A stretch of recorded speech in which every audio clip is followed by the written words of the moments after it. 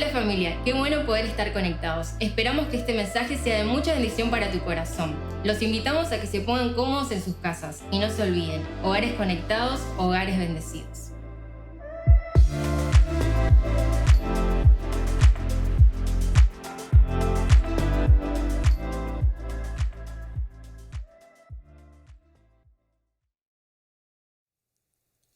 Y qué bueno poder compartir en esta noche la palabra de Dios. Yo sé que ustedes la están esperando y realmente tengo una palabra de parte del Señor para poder transmitirles y que estoy seguro, va a ser de inspiración porque también fue de inspiración y de motivación para mi vida. Así que si lo fue para mi vida, también va a ser para cada uno de ustedes. El título de este sermón es La Conquista y yo sé que todos tenemos algo para poder conquistar en nuestras vidas, tanto en el presente como también en el futuro. Cuando hablo de cosas para conquistar, por más mínimo que sea, a veces son deseos, son planes, son anhelos, y también tenemos para conquistar lo más importante para nosotros, que es la voluntad de Dios, los planes y los caminos que el Señor tiene preparado para nuestras vidas. Y qué mejor, dado que vamos a hablar en esta noche de la conquista,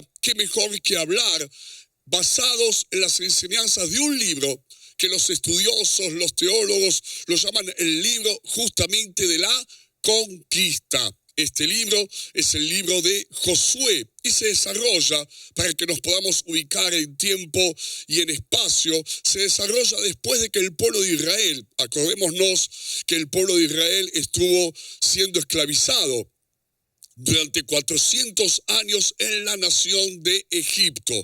Llegó un momento, como dice la Biblia, que el clamor de los israelitas subió a la presencia de Dios, ya no aguantaban más, no toleraban más, clamaron a Dios y Dios respondió, levantando un hombre llamado Moisés para que los liberara de esa esclavitud. A partir de allí, Dios les prometió. Él les prometió que les iba a entregar una nación, una tierra nueva. Como dice la Biblia, la tierra prometida. Ellos tenían que salir de Egipto e ir atravesando el desierto hasta llegar a la tierra prometida. Ya sea por desobediencia, ya sea por rebeldía, ya sea por incredulidad, toda esa generación que salió de Egipto nunca terminó de creerle a Dios. Y por lo tanto, enseñanza de por medio, quedaron postrados, murieron toda esa generación en el desierto. Y eso es exactamente lo mismo lo que le pasa a aquellos que no terminan de creerle con todo el corazón al Señor, quedan postrados en los desiertos de la vida sin nunca poder alcanzar las promesas y las bendiciones de Dios para ellos. Pero después se levantó una nueva generación que sí llegó a la tierra prometida. Y lo que vamos a leer a continuación, porque Moisés ya no estaba, Moisés había fallecido, había ido a la presencia de Dios, y ahora se había levantado un nuevo capitán, un nuevo líder de toda esa generación que estaban preparándose para entrar a la tierra prometida y conquistar esa tierra que Dios les había dicho que les iba a dar. Y de repente, antes de la conquista, qué lindo esto, Dios le habla a Josué.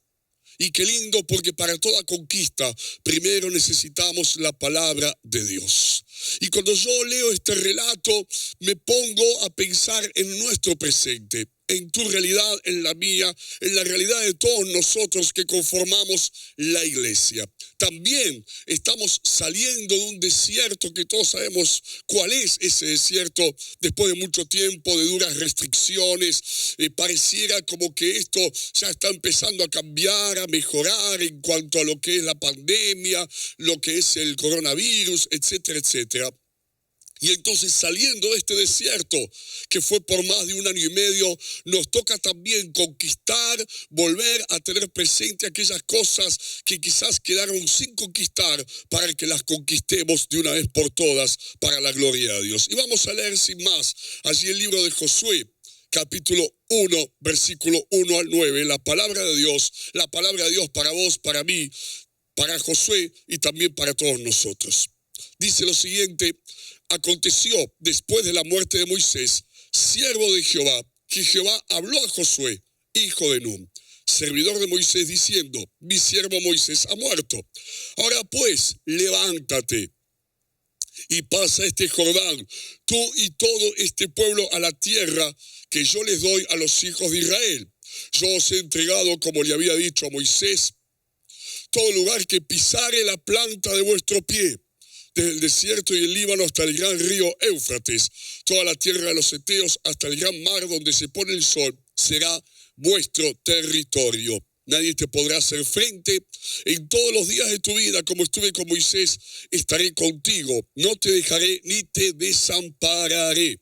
Esfuérzate y sé valiente, porque tú repartirás a este pueblo por heredad la tierra de la cual juré a sus padres que la daría a ellos. Solamente esfuérzate y sé muy valiente para cuidar de hacer conforme a toda la ley que mi siervo Moisés te mandó. No te apartes de ella ni a diestra ni a siniestra, o sea, ni a la derecha ni a la izquierda, para que seas prosperado en todas las cosas que emprendas.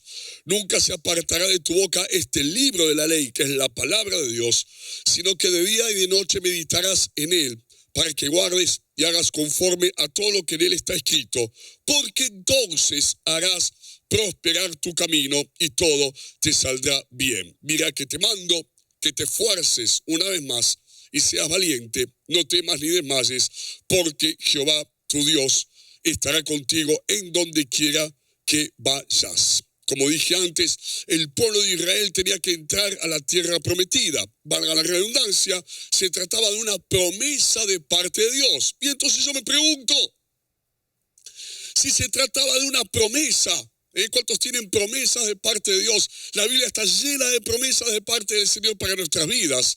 Pero si se trataba de una promesa, ¿por qué le dice Dios a Josué 3 veces, esfuérzate y sé valiente? Es como que te digan, mira, acá hay un regalo, pero pagá. Y vos decís, ¿pero en qué quedamos? ¿Es un regalo o pago? Porque pareciera a veces que la palabra promesa no incluye ningún tipo de desafíos, no incluye ningún tipo de demanda, pero aquí vemos muy claramente que juntamente con la promesa de Dios siempre hay un desafío para asumir, hay un desafío para enfrentar. Tenemos el ejemplo de Caleb que mencionamos el fin de semana pasado, en donde Dios le había prometido a Caleb un monte, una tierra, para que él la pudiese poseer como herencia. Y cuando llegaron un poquito más adelante en el libro de Josué, Caleb le dice a Josué, ya estamos acá, ahora dame ese monte del cual Dios le habló a Moisés que me lo iba a dar en herencia y era una promesa de parte del Señor. Ahora, claro, en ese monte, todo muy lindo. ¿Quién no quiere un monte que te diga ese monte es tuyo? No, pero en ese monte, que era promesa de Dios, ¿saben lo que había? Había gigantes. Quizás cualquiera de nosotros hubiese dicho, pero muy linda la promesa, muy linda la promesa, muy lindo el monte, pero está lleno de gigantes, ¿de qué me sirve? ¿Y ahora qué hago? Pero Caleb, en vez de ver un problema, ¿sabes lo que vio? Vio un desafío. Y siempre en la vida nos vamos a encontrar frente a la disyuntiva, frente a todo lo que tenemos por delante, si vamos a ver con nuestros ojos espirituales solamente problemas, solamente obstáculos, o vamos a ver desafíos. ¿Cuál es la diferencia entre ver un problema o ver un desafío? Muy fácil. Es que el problema, la dificultad, el obstáculo te termina desanimando. Pero el desafío siempre nos anima a creer, nos anima a buscar, nos anima a enfrentarlo, sabiendo que cuando lo enfrentamos no estamos solos, Dios está con nosotros. Y en la tierra prometida de la cual Dios le habla a Josué, si bien era una tierra prometida, promesa de Dios, había enemigos que vencer, los mismos enemigos que nosotros tenemos que vencer para poder conquistar las promesas de Dios. Aquí hay enemigos físicos. Muchas veces nosotros tenemos enemigos que podemos ver, podemos observar con nuestros ojos físicos, pero a veces también hay enemigos espirituales por delante nuestro que nos quieren impedir que conquistemos esa tierra prometida, las bendiciones, los planes, los caminos y la voluntad de Dios para nuestras vidas. Ahora, fíjate que Dios le habla a Josué. Más de él que de los enemigos. Le habla más de él. Él le habla de su persona, le habla de lo que él necesita, le habla de lo que tiene que hacer, que de los enemigos que va a enfrentar, porque siempre lo más importante no son los enemigos. Siempre lo más importante no son los obstáculos. Siempre lo más importante no son los problemas que podamos tener por delante o los desafíos. Siempre lo más importante es cómo estamos nosotros, espiritualmente hablando. Y por eso le habla más a él que de los enemigos. ¿Por qué? Porque no te olvides que hay un trasfondo. Y es que Moisés había sido el líder durante 40 años mientras el pueblo de Israel estuvo andando por el desierto. Un héroe de la fe, un hombre de Dios. ¡Wow! Impresionante. Y de repente Moisés no está más. Y Josué, que siempre había sido el segundo, ahora tenía que ser el primero. Y ese desafío de reemplazar a Moisés era aún más grande que el desafío de vencer a los enemigos que estaban en la tierra prometida. Por eso, ¿de qué le habla Dios a Josué para poder conquistar? Repito, no le habla de los enemigos, de los problemas, de los obstáculos, de los inconvenientes. No, le habla de esfuerzo, le habla de valentía, le habla de obediencia, de no temer y no desmayar. Exactamente lo mismo que Dios nos habla a nosotros cuando tenemos y queremos conquistar y se presentan enemigos y obstáculos para que podamos poseer la tierra, las bendiciones que Dios tiene para nuestras vidas. Dios siempre nos va a hablar de esfuerzo, valentía, obediencia, de que no tengamos miedo, de que confiemos y que no nos desmayemos. No desmayemos, no nos desanimemos. ¿Por qué? Porque las mismas, escucha esto, las mismas tentaciones de ayer son las mismas tentaciones de hoy y viceversa. ¿Y cuáles son las tentaciones en las cuales podemos caer frente a los obstáculos, los enemigos, el mismísimo desafío que tenemos por delante? Como lo tenían ellos también. Número 1, el temor. Por eso le dice, sé valiente. Y hoy más que nunca el temor se implantó en la sociedad, se enquistó en nuestro mundo, Porque hoy más que nunca, y lo sabemos muy bien, todos estos meses pasados, todo este año y medio pasado, lo que más reinó lamentablemente en el mundo entero fue el miedo. En segundo lugar, la comodidad es la tentación también de hoy, como seguramente lo fue en aquellos tiempos. Y por eso le dice, esfuérzate. Y la comodidad, permítame decirles, es la religión de hoy. Porque todos quieren, con el menor esfuerzo, lograr lo más posible. Con el menor esfuerzo, ganar plata fácil, que no tengan que trabajar mucho, que todo se dé de una manera instantánea, rápida, con un clic, sin tener que hacer demasiado esfuerzo. Y cuanto más pueda descansar, mejor. Cuanto más pueda disfrutar, mejor. Cuanto más placer pueda vivir en este mundo, mejor, escapándole al sacrificio, al esfuerzo y al poder estar allí trabajando por los objetivos y las metas para nosotros. Y por eso, repito, Dios le dice, esforzate. El desánimo. Por eso dice que no desmayes. Hoy la gente se desanima tan fácil. Pero tan fácil que al menor inconveniente. Porque así, como no, y hablo en términos generales, por supuesto, porque siempre hay excepciones, como la gente no quiere hacer demasiado esfuerzo, demasiado sacrificio, y quiere estar lo más cómodo posible, de la misma manera, cuando viene cualquier obstáculo o problema o inconveniente, también se desanima más fácilmente. Y por eso le dice, no desmayes. Y por último, le habla de obediencia, porque justamente la desobediencia también es lo que nos puede privar de que conquistemos lo que Dios tiene para nuestras vidas. En definitiva, cuando yo leo esto y escucha, en donde Dios le habla de esfuerzo, de valentía, de obediencia, de no temer, no desmayar. Si se lo habla es porque Josué lo necesitaba. Si se lo habla es porque Dios lo conocía a Josué como nos conoce a cada uno de nosotros. Y cuando nos habla de estas cosas es porque sabe lo que nos hace falta. Y son cosas que nos hacen falta, como dije antes, porque uno puede decir, me falta plata, me falta trabajo, me falta salud, me falta esto, me falta aquello, me falta lo otro. No. Lo primero que te falta, lo primero que nos falta es ser cambiados, transformados, renovados, creer, tener fe, no temer, no desmayar y obedecer al Señor con todo nuestro corazón. Entonces, cuando analizo esto, pareciera como que Josué necesitaba un cambio de mentalidad. ¡Ay, qué lindo! Porque cuántas veces uno escucha frases que dicen cambia tu mentalidad. Cambia tu mentalidad. No sé si te lo dijeron alguna vez o si lo escuchaste. Cambia tu mentalidad. Pero ¿sabes algo? No hay muchas mentalidades como para que uno pueda optar o elegir. A ver, esta mentalidad sería la forma de pensar, lo que está aquí adentro. La forma de reaccionar en nuestra mente, los pensamientos, las ideas, el razonamiento. Te dicen cambiar de mentalidad, pero como te dije, no hay muchas mentalidades o maneras de pensar, por lo menos para nosotros los cristianos. Es más, no tenés que tener una nueva mentalidad.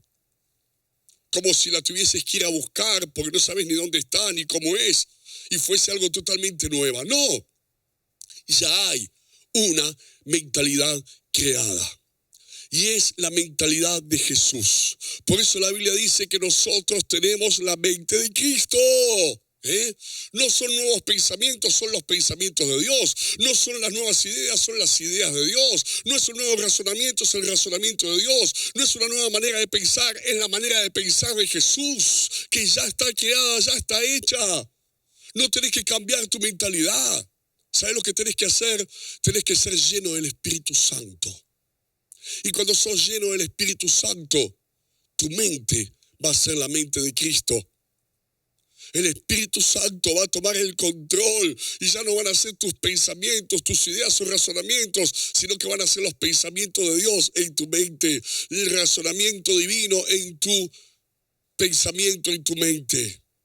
Aleluya. Y tener como modelo la palabra de Dios, porque la palabra de Dios está, ya existe, no es nueva, no es nuevo, la forma de pensar que tenemos que tener. Esa, entre comillas, nueva mentalidad que muchas veces escuchamos, cambiar tu mentalidad, ya está, ya fue creada y está expresada en la palabra del Señor. Ahora, cuando Dios le dice a Josué, esforzate, y yo me pregunto, porque yo sé que a muchos quizás no les gusta la palabra esfuerzo, pero es parte de la conquista, porque sin esfuerzo no hay conquista, y 3 veces, no una, sino 3 veces se lo dice. ¿En qué nos esforzamos? Mira lo que dice, porque la respuesta está siempre en la palabra de Dios. En 2 de Timoteo, capítulo 2, versículo 1. Tú pues, le dice el apóstol Pablo a Timoteo, hijo mío, esfuérzate en la gracia que es en Cristo Jesús. ¿Qué significa gracia? Gracia significa favor inmerecido. Dios nos da su favor. Dios está con nosotros. Dios va delante nuestro. Dios nos cuida, nos provee, nos defiende, nos acompaña. Como le dijo a Josué, mi presencia irá contigo. Yo estoy contigo. Yo voy con vos.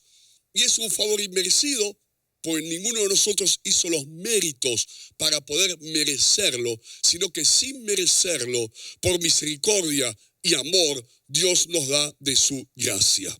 La gracia es un lugar, la gracia es como un estado.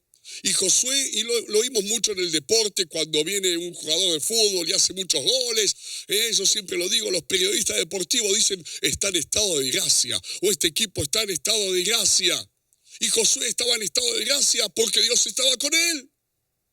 Y por eso podía pensar en conquistar la tierra prometida y en vencer a cada uno de sus enemigos. Y si quieres que te explique un poquito más lo de la gracia, cuando uno no está en estado de gracia, y cuántos años no estuvimos bajo esta gracia maravillosa, es como querer nadar en tierra. ¿Probaste nadar? ¿Probaste nadar en la tierra? Imposible, muy difícil. Te cansás, pero seguramente no avanzás te esforzás, pero seguramente no avanzás ni un centímetro. Y la gracia, en cambio, es nadar en el agua. Ahora, y escucha esto, por eso Pablo le dice a Timoteo, esfuérzate en la gracia. Aunque el estado de gracia es como estar en el agua, sin embargo tenemos que nadar para poder avanzar. Pero a diferencia de nadar en la tierra, cuando nadás, avanzás porque estás en estado de gracia y la gracia de Dios te está acompañando. Ahora, si no nadás, te hundís. O si no nadás, te lleva la corriente, como prediqué no hace muchos días atrás. ¿En qué otra cosa nos tenemos que esforzar? Mi siervo Moisés ha muerto, le dijo Dios a Josué. Ahora pues levántate y pasa este Jordán, tú y todo este pueblo, a la tierra que yo les doy a los hijos de Israel. Hay un desafío por delante. Y el segundo esfuerzo del cual quiero hablar es que siempre, frente a los desafíos, nos vamos a tener que esforzar. Porque frente a un desafío, imagínate, como te dije antes, Josué tenía que reemplazarlo a Moisés.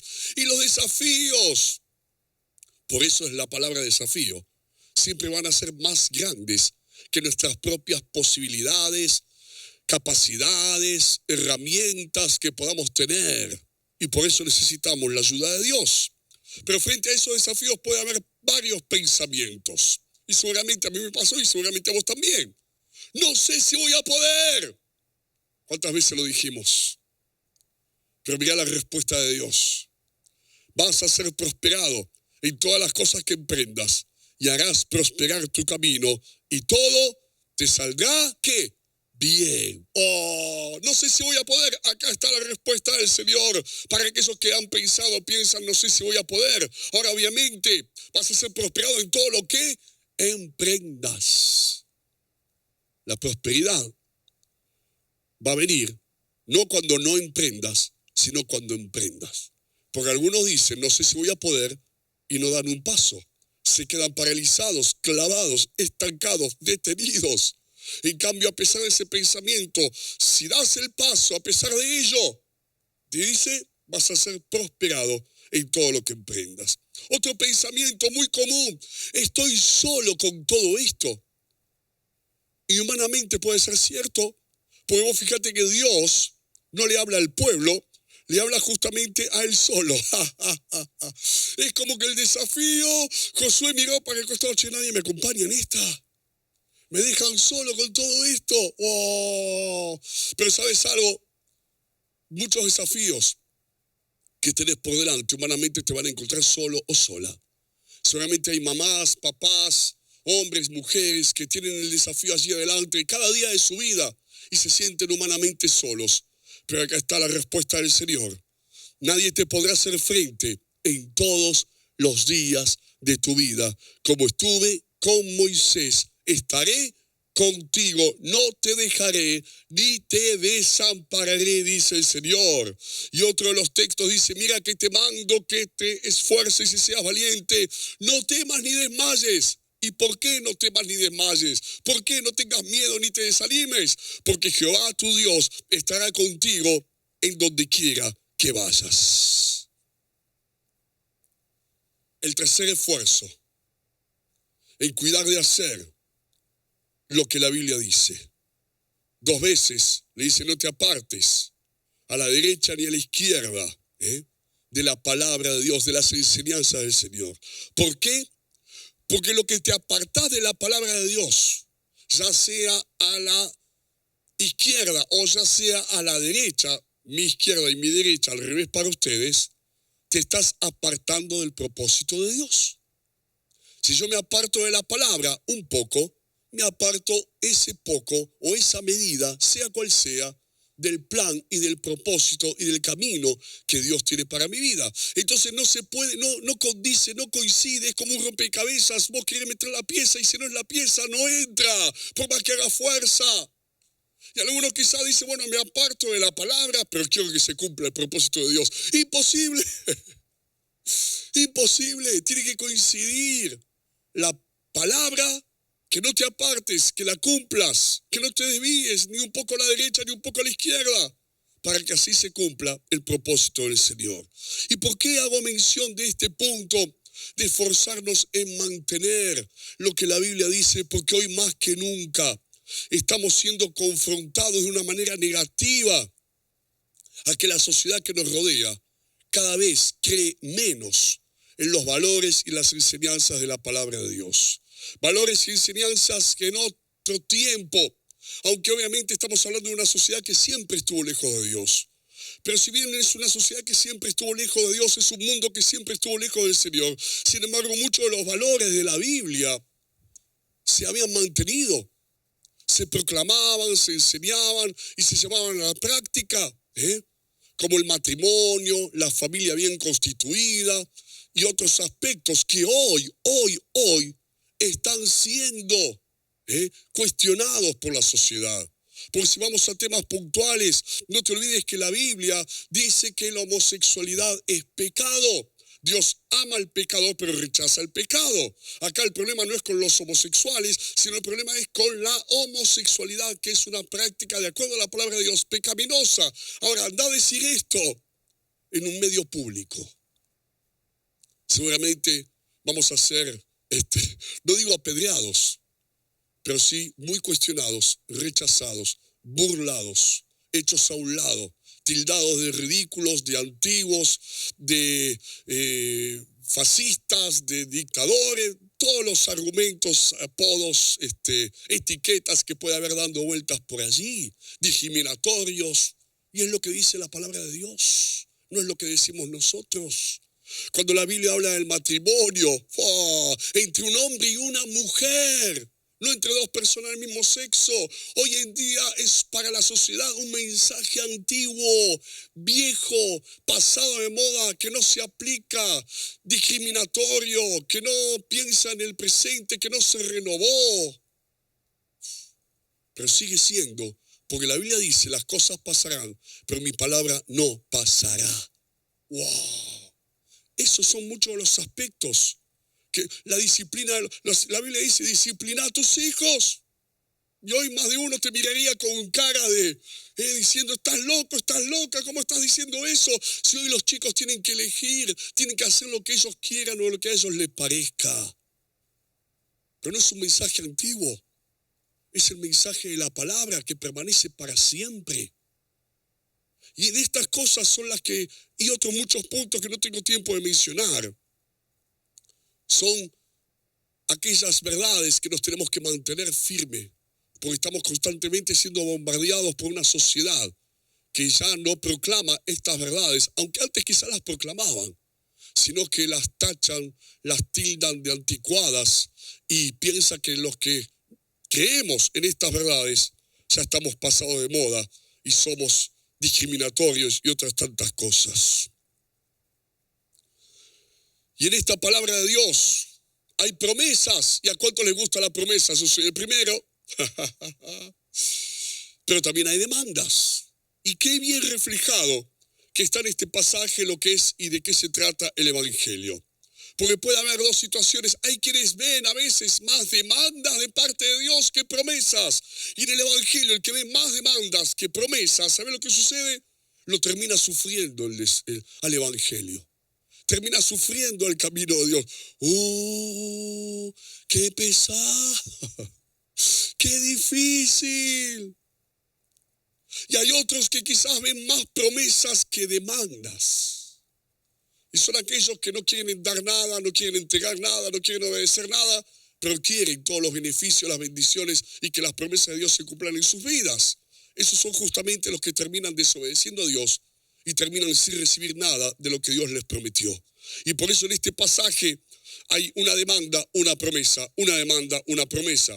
Solamente esfuérzate y sé muy valiente para cuidar de hacer conforme a toda la ley que mi siervo Moisés te mandó. No te apartes de ella, ni a diestra, ni a siniestra, ni a derecha, ni a izquierda. Ahí está la demanda. Hacé lo que la Biblia dice. Cumplí lo que la palabra de Dios enseña. Obedecer los mandamientos del Señor. Y la promesa para que seas prosperado en todas las cosas que emprendas. Nunca se apartará este libro de la ley, sino que de día y de noche meditarás en él para que guardes y hagas conforme a todo lo que en él está escrito. Ahí está la demanda. meditar la Biblia, leer la Biblia, que la Biblia se haga carne, que se incorpore a tu ser, a tus pensamientos, a tu manera de actuar, de reaccionar, de pensar, de vivir. Y viene la promesa, porque entonces harás prosperar tu camino y todo te saldrá bien. Qué lindo. Y entonces, todo lugar que pisare la planta de tu pie, ¿qué dice? Será vuestra. ¡Oh! Te entrego la tierra. ¿Cuántos lo están creyendo en esta noche? Donde pisare tu pie, nadie te podrá hacer frente y no te dejaré ni te desampararé. Y cuando yo pienso que todo lugar, como dice la promesa del Señor, que pisare la planta de nuestro pie será nuestra, no está hablando necesariamente, puede que sí, pero no está hablando necesariamente de un lugar físico, sino de las áreas de nuestras vidas. ¿Y qué es pisar? Porque hay muchas áreas. Tenemos la familia, tenemos la economía, tenemos la salud, tenemos la vida espiritual, tenemos los planes, los proyectos, los sueños que tenemos por delante. Pero cuando habla de pisar, está hablando de ocuparse. Si te ocupas de tu familia, dice el Señor, te la entrego.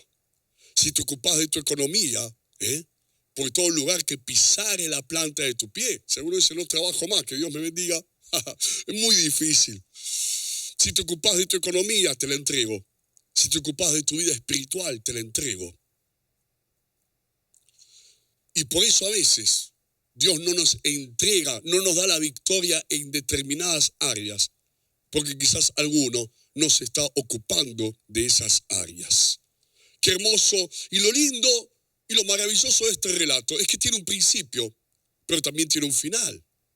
Y ahí vemos qué es lo que sucede cuando alguien obedece a Dios como Josué le obedeció. Y mira lo que dice Josué capítulo 21, versículo 43 al 45. Primero leímos antes del desafío. Ahí estaba el desafío por delante. Esforzate, sé valiente, no temas, no desmayes, no te desanimes. Y dice, así fue como el Señor, esto es al final, les entregó a los israelitas todo el territorio que había prometido darles a sus antepasados. Y el pueblo de Israel se estableció allí. El Señor les dio descanso en todo el territorio, cumpliendo así la promesa, cumplió la promesa hecha años atrás a sus antepasados. Ninguno de sus enemigos pudo hacer frente a los israelitas, pues el Señor entregó en sus manos a cada uno de los que se les oponían. Y ni una sola de las buenas promesas del Señor, ni una sola de las buenas promesas del Señor a favor de Israel dejó de cumplirse, sino que cada una de ellas se cumplió, dice, al pie de la letra. Josué miró para atrás. ¡Oh! Y dijo, todo lo que Dios me prometió se cumplió. Vas a mirar para atrás, como podés mirar hasta ahora para atrás. Y muchas de esas promesas que el Señor te dio se cumplieron y muchas otras todavía tienen que cumplirse. Pero al igual que Josué vas a mirar para atrás y yo estoy seguro que vas a declarar lo mismo que él. Todo lo que Dios me prometió se cumplió. Y sigue diciendo en el capítulo 23, versículos 6 al 11.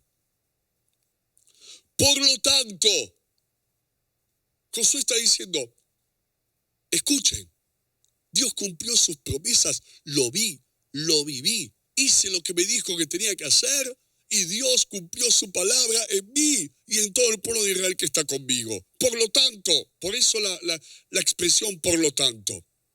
Por lo tanto significa una conclusión.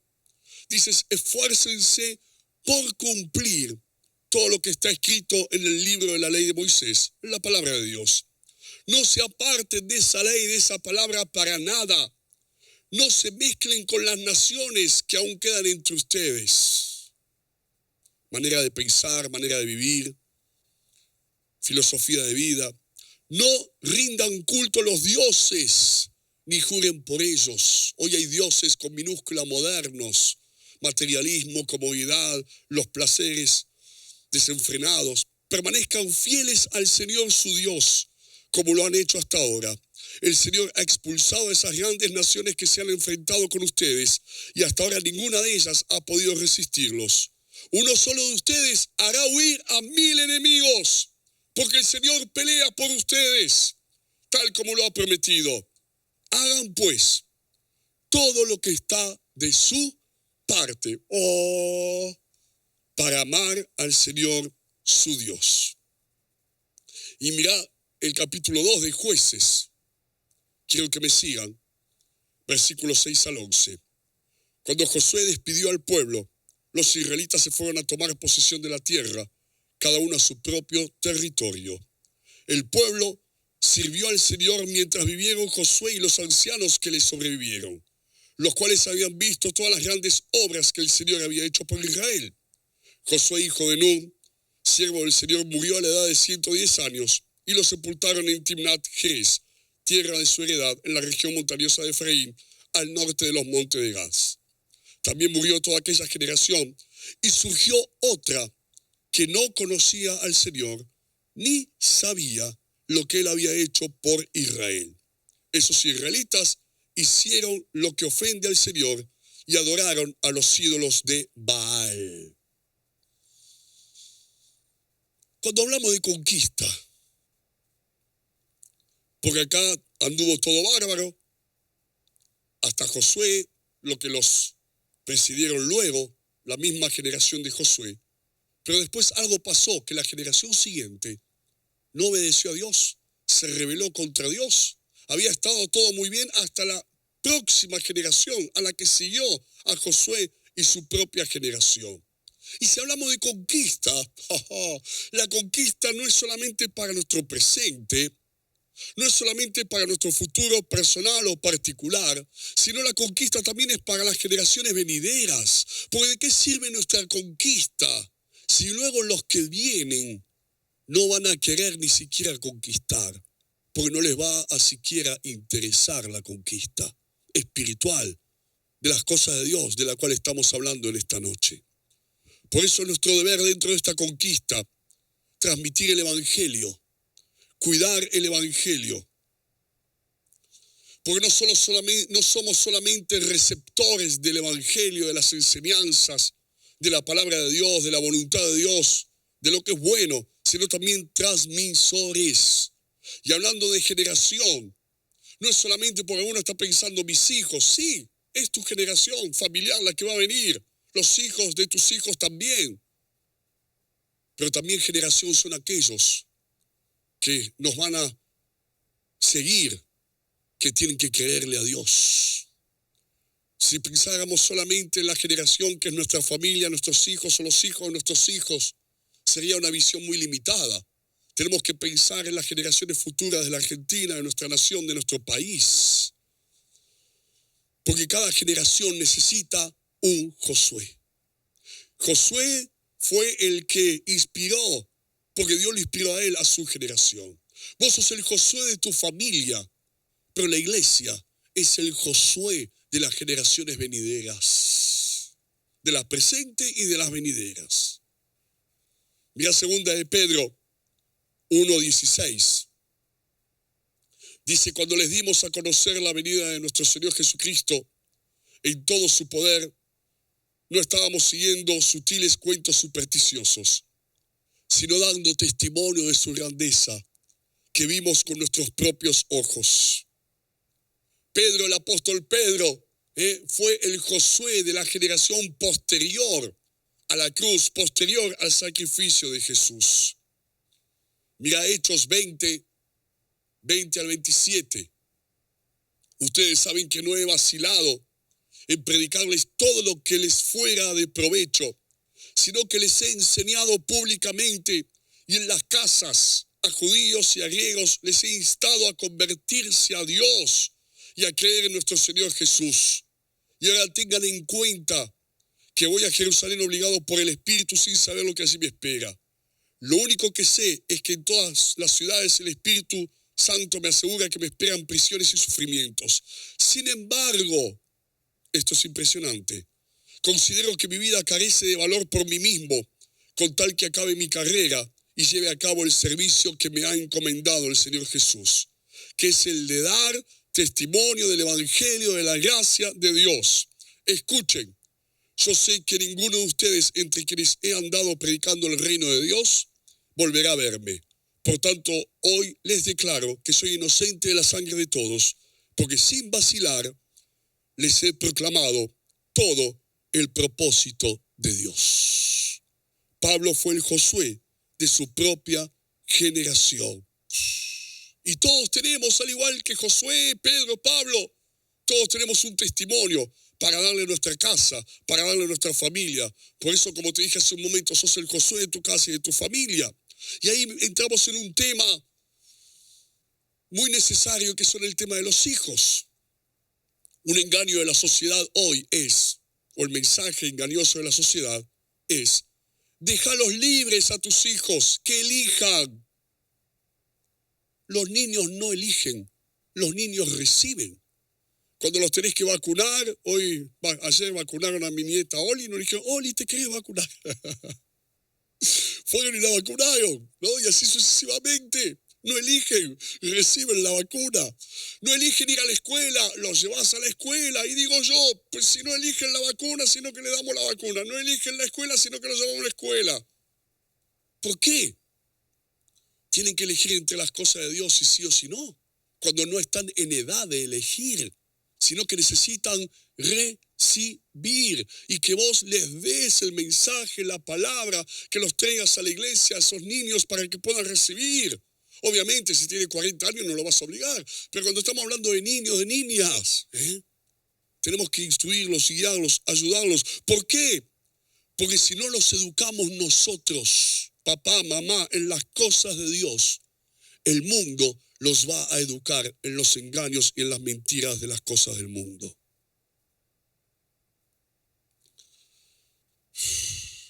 Y por eso quiero terminar con el Salmo 78, versículo 1 al 7, que dice lo siguiente: pueblo mío, atiende a mi enseñanza, presta oído a las palabras de mi boca. Mis labios pronunciarán parábolas y evocarán misterios de antaño, cosas que hemos oído y conocido y que nuestros padres nos han contado.